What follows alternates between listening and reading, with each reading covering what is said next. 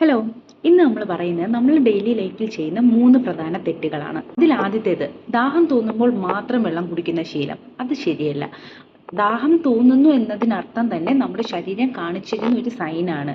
നിങ്ങളുടെ ബോഡിയിൽ വെള്ളത്തിന്റെ അളവ് കുറഞ്ഞു എന്നത് നമ്മുടെ ബോഡി കാണിച്ചിരുന്ന ഒരു സൈനാണ് നമുക്ക് ദാഹം തോന്നുന്ന ഫീൽ. അപ്പോൾ ദാഹം തോന്നുമ്പോൾ മാത്രമല്ല വെള്ളം കുടിക്കേണ്ടത്. എവരി 30 to 40 മിനിറ്റ്, ഒരു 30-40 മിനിറ്റ് ഇടവിട്ട് കുറച്ചളവിൽ വെള്ളം കുടിച്ചുകൊണ്ടേയിരിക്കുക. രണ്ടാമത്തേത് കണ്ടിന്യൂസ്ലി കുറേ നേരം ഇരിക്കുന്നത്.